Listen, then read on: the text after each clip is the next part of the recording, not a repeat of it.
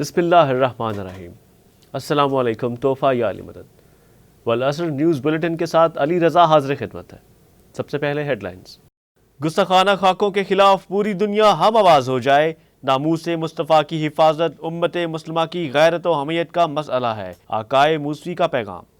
عید میلاد النبی ہفتہ وحدت و اخوت پورے ملک میں جذبہ ایمانی اور جوش و ولولہ کے ساتھ منایا گیا۔ سرکار رسالت محمد مصطفیٰ صلی اللہ علیہ وآلہ وسلم کا سب سے قدیم اور عظیم نعت خوان کون تھا، دیکھیں گے آج کی والعصر اسپیشل رپورٹ میں۔ خبریں تفصیل کے ساتھ۔ قائد ملت جعفریہ آغا سید حامد علی شاہ موسوی نے کہا ہے کہ ذات مصطفیٰ صلی اللہ علیہ وآلہ وسلم انسانوں پر اللہ کا احسان عظیم ہے۔ گستاخانہ خاکوں کے خلاف پوری دنیا ہم آواز ہو جائے، فرانسیسی صدر دجالی قوتوں کا کھلونا ہے، ناموس مصطفیٰ کی حفاظت امت مسلمہ کی غیرت و حمیت کا مسئلہ ہے۔ عید میلاد النبی ہفتہ وحدت اخوت پر آقائے موسوی کے پیغام کی تفصیل جانتے ہیں اس رپورٹ میں۔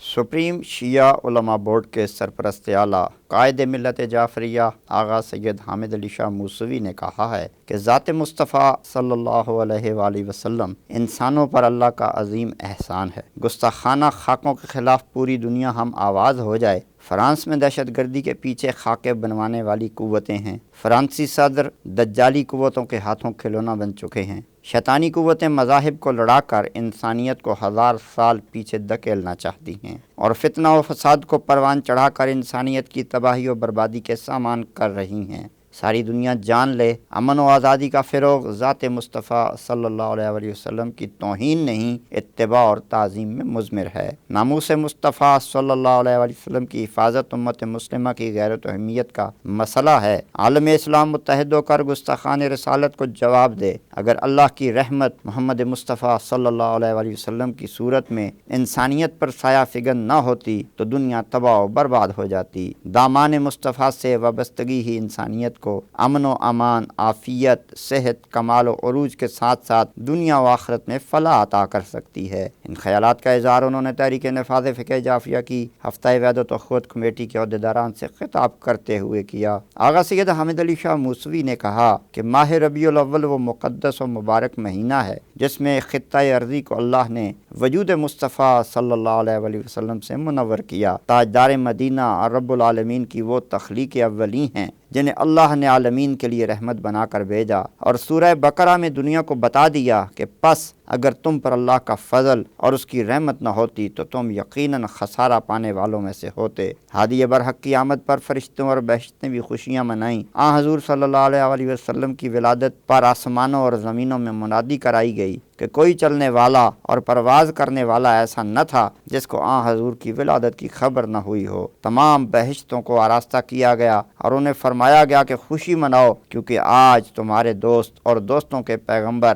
صلی اللہ علیہ وآلہ وسلم کی ولادت ہوئی ہے۔ یہ سن کر ہر جنت خوش ہو کر مسکرائی۔ انہوں نے کہا کہ اللہ نے آدم سے لے کر بعد میں جتنے نبی مبعوث کیے سب سے اس بات کا عہد لیا کہ تم محمد مصطفیٰ صلی اللہ علیہ وآلہ وسلم پر ایمان لانا اور آپ کی مدد کرنا۔ تمام انبیاء یہ عہد اپنی قوم سے لیا کرتے تھے۔ اللہ نے سب سے پہلے نور محمد مصطفیٰ صلی اللہ علیہ وآلہ وسلم کو خلق کیا، اسی لیے ہر نبی خاتم الانبیاء محمد مصطفیٰ صلی اللہ علیہ وآلہ وسلم پر ایمان لاتا رہا۔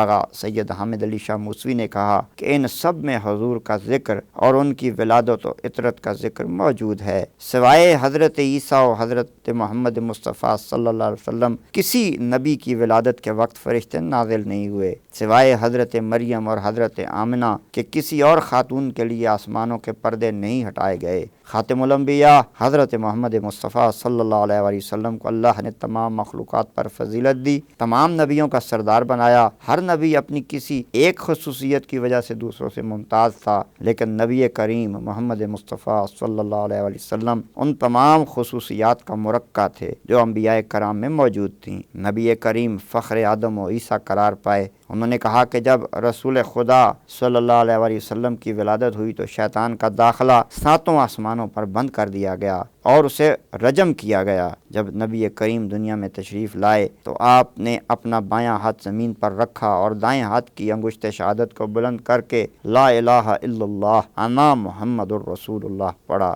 آپ کی جبین مبین سے ایسا نور ظاہر ہوا، تمام اہل مکہ نے شام، بصرہ، یمن کے تمام محلات بچشم خود دیکھے، اور اتنا نور تھا جسے دیکھ کر تمام جن و انس گھبرا گئے۔ اس موقع پر وحدت و اخوت کمیٹی کے کنوینر شوکت عباس جعفری نے آقائے موسوی کو آگاہ کیا کہ TNFJ کی وحدت و اخوت کمیٹیاں پاکستان کے تمام شہروں میں برآمد ہونے والے میلاد جلوسوں میں بھرپور شرکت کر رہی ہیں۔ مختار فورس والنٹیئرز اور ابراہیم اسکاؤٹس نے جلوسوں کے دوران رضاکارانہ خدمات سر انجام دی ہیں، اور یہ سلسلہ انشاءاللہ 18 ربیع الاول تک جاری رہے گا۔ اس دوران گستاخانہ خاکوں کے خلاف پرامن صدائے احتجاج بھی بلند کی جا رہی ہے، اور شیعہ سنی عملی یکجہتی کا مظاہرہ کیا جا رہا ہے۔ قائد ملت جعفری آغا سید حامد علی شاہ موسوی نے وحدت و اخوت کمیٹی کی کارکردگی کو سراہتے ہوئے کہا کہ امت مسلمہ کے تمام مسائل کا حل اتحاد و یگانگت میں مضمر ہے۔ ملک بھر میں میلاد النبی ہفتہ وحدت و اخوت کی مناسبت سے محافل میلاد کا انعقاد، شہر شہر کریا کریا میلاد کے جلوس اور محافل کا انعقاد، شمع رسالت کے پروانوں کی بھرپور شرکت، فرانس میں گستاخانہ خاکوں کی اشاعت کی مذمت۔ تفصیل اس رپورٹ میں۔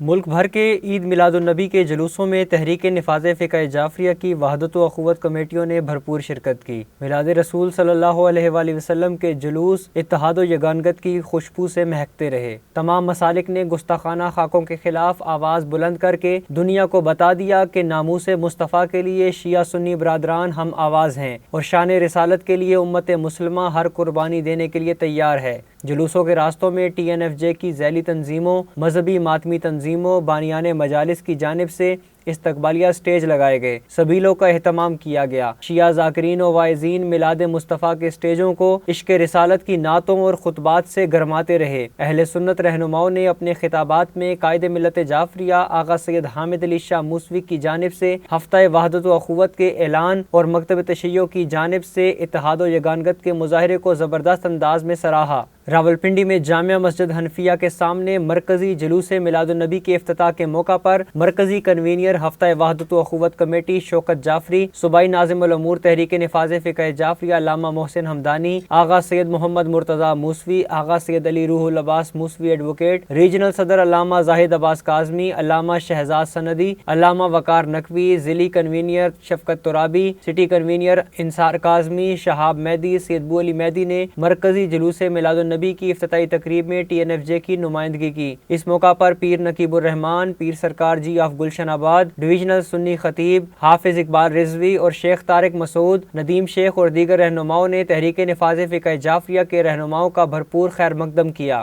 مرکزی سیرت کمیٹی، لبیک یا رسول اللہ میلاد سٹیج چوک بنی، آواز خلق آرگنائزیشن، تنویر شرازی میلاد سٹیج سیدپوری گیٹ میں ہزاروں عاشقان مصطفیٰ سے خطاب کرتے ہوئے مرکزی سیکرٹری اطلاعات TNFJ علامہ قمر حیدر زیدی نے کہا کہ مغربی جریدوں میں شائع ہونے والے گستاخانہ خاکے عالمی امن کے خلاف بہت بڑی سازش اور انسانیت کی توہین ہے، جس کے خلاف تمام امن پسند قوتوں کو متحد ہونا ہوگا۔ مغربی طاقتیں فخر انسانیت، محبوب خدا حضرت محمد مصطفیٰ صلی اللہ علیہ وآلہ وسلم کے خاکے شائع کر کے شیطانی ایجنڈا پورا کرنا چاہتی ہیں۔ عالم اسلام کو فرانسیسی صدر اور دیگر عالمی اداروں کے رد عمل سے سمجھ لینا چاہیے کہ اسلام اور مسلمانوں کا کوئی دوست نہیں، لہٰذا انہیں ناموس مصطفیٰ کے لیے ایک ہونا ہوگا اور شاطمانہ حرکات کے خلاف مشترکہ لائے عمل اختیار کرنا ہوگا۔ انہوں نے کہا کہ عزاداری کے جلوسوں کی طرح میلاد کے جلوسوں میں بھی شیعہ سنی بھائیوں کے اتحاد کے مظاہرے سے دشمن کے عزائم ناکام ہو کر رہ گئے ہیں، آئندہ بھی اسی جذبے پر گامزن رہیں گے۔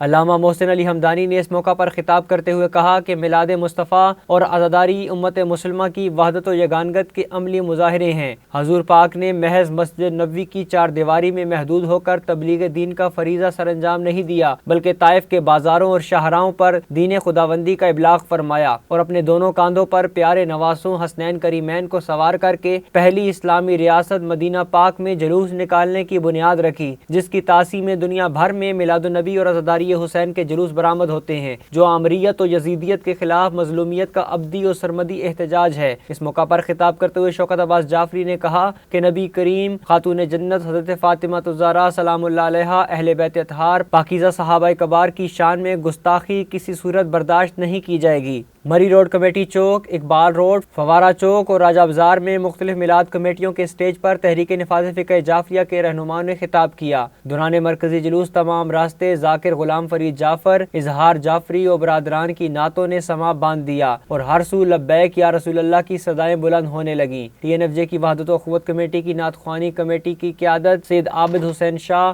سید سمر الحسن نقوی، سید مسیب کاظمی، سائیں عنایت حسین، جون علی مشہدی، کنوینئر شفقت ترابی، تبیان عباس زیدی، جابر نقوی، عاصم جعفری، سید فروخ کاظمی اور دیگر رہنماؤں نے کی۔ ایم ایف پی اور ابراہیم اسکاؤٹس اوپن گروپ کے رضاکار سیکیورٹی کے فرائض سر انجام دیتے ہوئے میلاد النبی کے جلوسوں میں ہر اول دستے کے طور پر آگے چلتے رہے۔ اسلام آباد میں مرکزی میلاد النبی کمیٹی کے زیر اہتمام منعقدہ خاتم النبیین کانفرنس میں تحریک نفاذ فقہ جعفریہ ضلع اسلام آباد کے مرکزی وفد نے جلوس میلاد النبی کی شکل میں بھرپور طریقے سے شرکت کی، جس کی قیادت علامہ سید تصور حسین نقوی، ذوالفقار علی راجہ، سید نزاکت حسین شاہ، سید فرحت عباس نقوی، سید جی ایم شاہ کے علاوہ دیگر ضلعی عہدیداران نے کی۔ دینا سے نمائندہ ولسر نیوز مستجاب نقوی کے مطابق ٹی این ایف جے تحصیل دینا کے زیر اہتمام ہڈالہ سیدہ عزاخانہ مست محمد میں جشن کا انعقاد کیا گیا، جس سے Syed Akhlaq Hussain Naqvi, general secretary T N F J ضلع جیلم سید محمد علی، ادیب مرتضیٰ، سید علی عابد، زرغام عباس، ابو الحسن نقوی، محمد تقی، شبیر نقوی، محمد مہدی، علی اصغر، علی ہادی، جری عباس، نالین عباس، حرمیدی، سبتین نقوی، عطرت امیر نے ہدیہ عقیدت پیش کیا۔ جشن کے اختتام پر ایام اعزاء میں ٹی این ایف جے کے تمام شعبہ جات کے کارکنان کو اعلیٰ کارکردگی پر شیلڈ سے نوازا گیا۔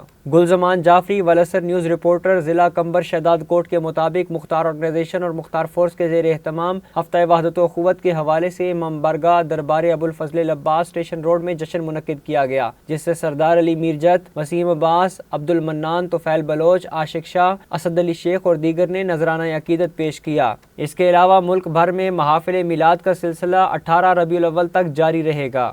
دری اسنا ولسر نیوز کے ہیڈ کوارٹر میں آمدہ اطلاعات کے مطابق کوئٹہ میں محمد ہادی عسکری، کراچی میں سید بدر علی ترمذی، خیرپور میں علامہ اصغر علی نقوی، حیدرآباد میں ڈاکٹر عنایت علی شاہ، ملتان میں انجینئر قمر حسنین نقوی، ڈیرہ غازی خان میں سید ظفر عباس نقوی، پشاور میں آغا عباس علی کیانی، کوہاٹ میں سید غضنفر علی شاہ، امتیاز بنگش اور مختار بنگش، گجرات میں چودھری اکرم طاہر، سیالکوٹ میں چودھری ایوب اوپل اور چودھری احسان دیال، جیلم میں شیخ اسرار قریشی، چکوال میں سید زین العباس موسوی، گجرانوالا میں سید فرمان علی شاہ، ڈاکٹر رفاقت شمسی، علامہ اظہر حیدری کی قیادت میں وحدت و اخوت کمیٹیوں نے میلاد کے جلوسوں میں شرکت کی۔ نمائندہ ولسر نیوز جڑانوالا سید حسنین رضا نقوی کے مطابق مرکزی امام بارگاہ قصر بطول کی انتظامیہ نے عید میلاد النبی کے موقع پر جلوس کا استقبال کیا، جس میں ہزاروں کی تعداد میں عاشقان رسول نے شرکت کی۔ مدحت و توصیف مصطفیٰ اور نعت رسول مقبول کی بنیاد گزار ہستی کون ہے، جنہوں نے نہ صرف اپنی آغوش محبت میں نور محمدی کی پرورش کی بلکہ حفاظت و کفالت کی وہ داستان رقم کی جس کی گواہی اللہ نے قرآن مجید میں دی ہے۔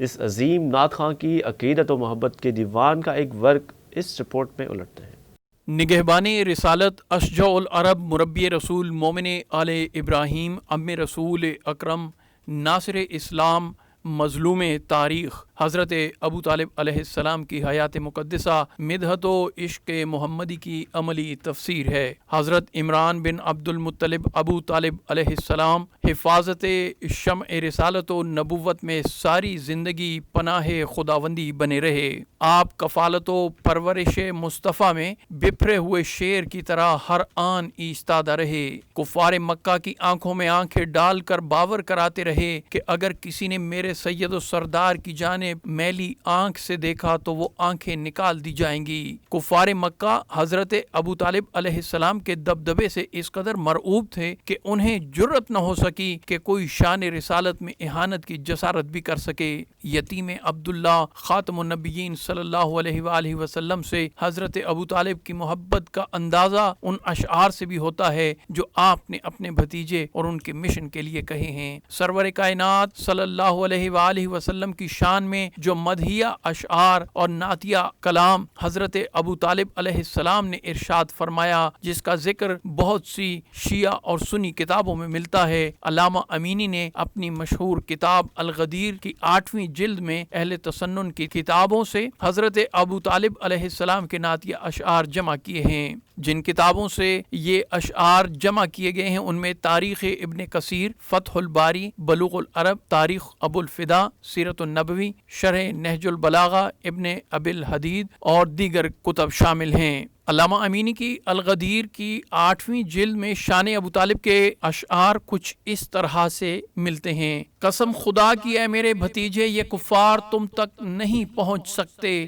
جب تک کہ میری پشت میری قبر کی مٹی سے نہ جا ملے اور مجھ کو زمین میں دفن نہ کر دیا جائے۔